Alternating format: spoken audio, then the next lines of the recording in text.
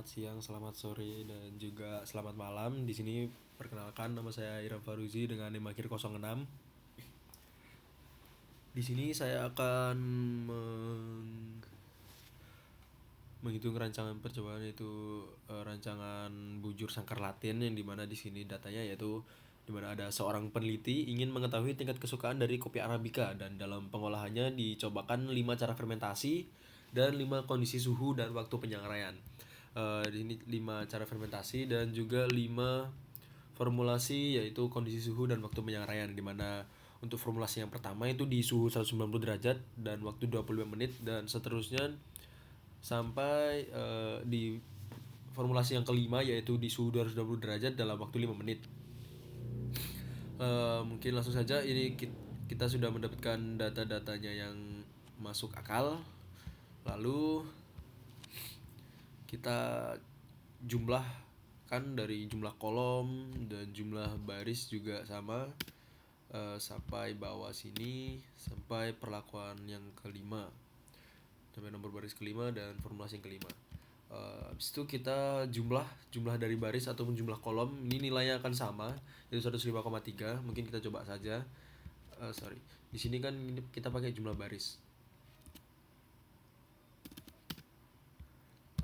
Ini sama dengan sum. Oke, sama 105,3. Dan selanjutnya untuk perlakuan A, B, C, D, E, dan kita pisahkan masing-masing perlakuan, yang dimana jumlahnya itu sekian, sampai perlakuan E. Nah, dan ini tidak boleh ada di baris yang sama ataupun di kolom yang sama.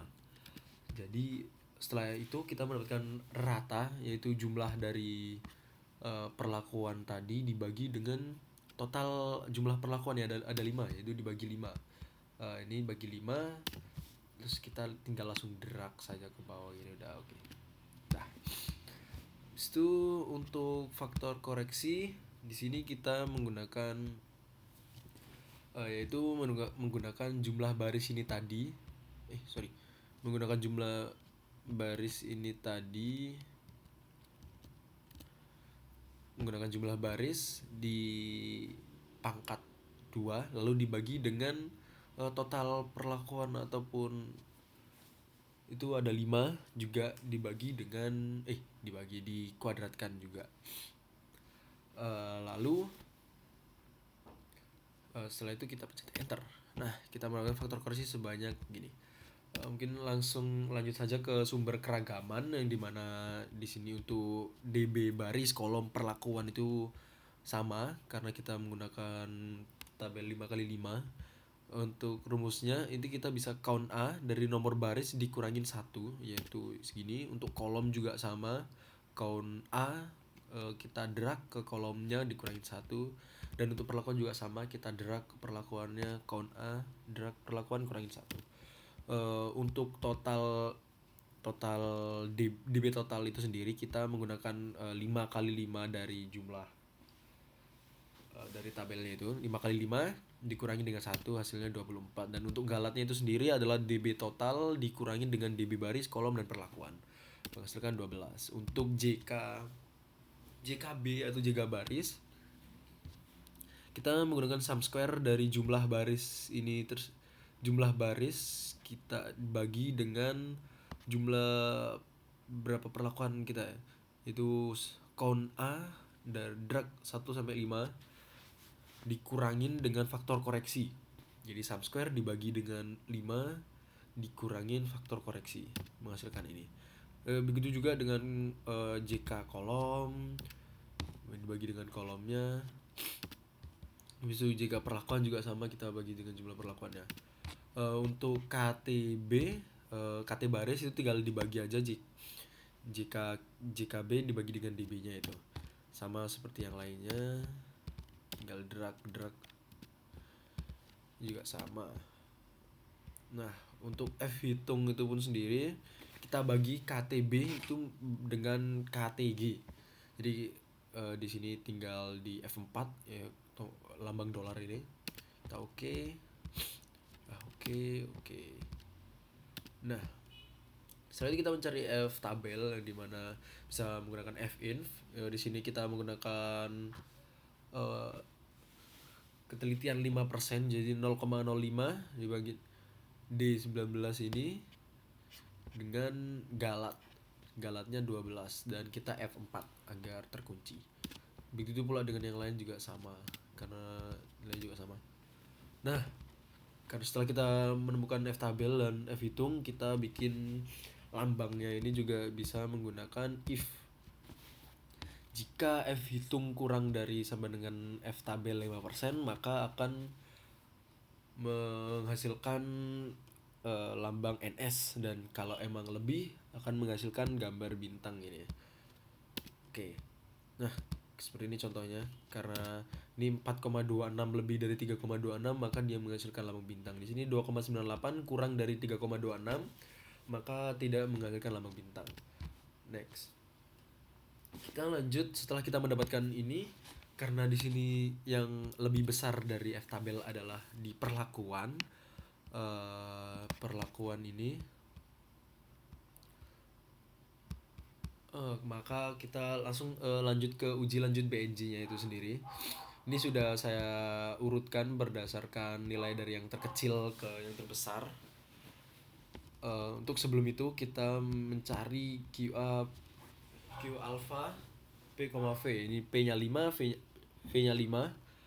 Itu di tabel menunjukkan angka 5,67, dan di sini kita mencari SY. Oke. SY-nya itu sendiri KTG kita kalikan dengan SQRT, itu akar dari G22 ini.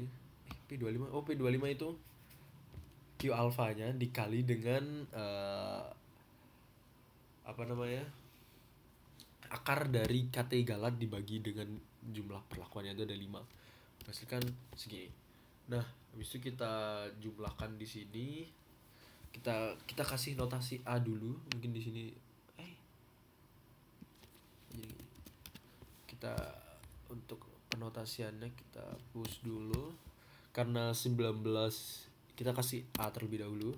Di sini 19 lebih kecil dari 21, maka kita tambahkan AB dan kita lanjut ke sini. Ke penjumlahan di sini.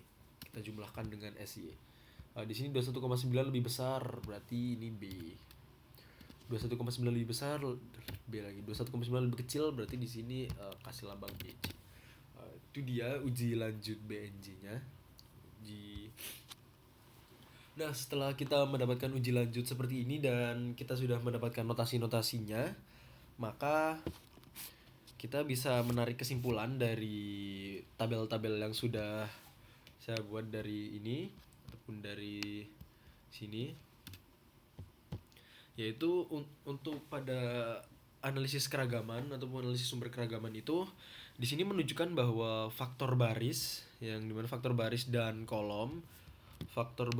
kolom ini tidak memberikan pengaruh yang signifikan terhadap tingkat kesukaan kopi Arabica, karena di sini nilai F hitung untuk kedua faktor tersebut lebih kecil dari F tabel. Ya, di sini NS lebih kecil, yang berarti variasi yang disebabkan oleh faktor baris dan kolom di sini tidak berpengaruh nyata. Namun perlakuan menunjukkan pengaruh yang signifikan. Yang dimana ini perlakuan menunjukkan pengaruh yang signifikan, dimana 4,26 lebih besar dari F tabel 3,26, mengindikasikan bahwa cara fermentasi atau kondisi suhu dan waktu penyangrai secara signifikan mempengaruhi tingkat kesukaan kopi. Untuk selanjutnya itu uji perbandingan berganda.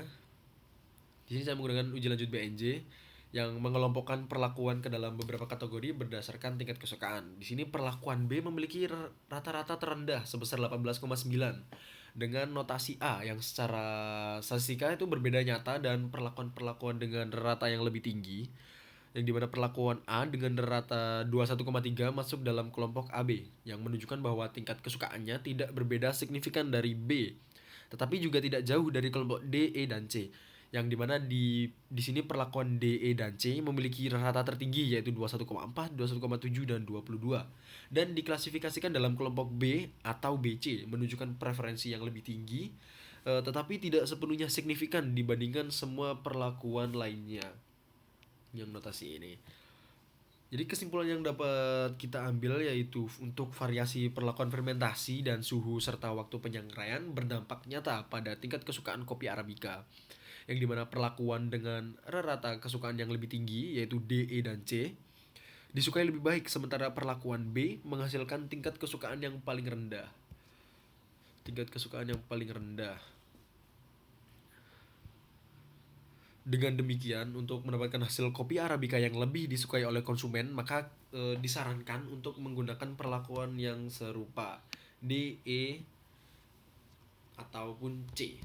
Sekian penjelasan dari uji RBSL rancangan bujur sangkar Latin dari saya.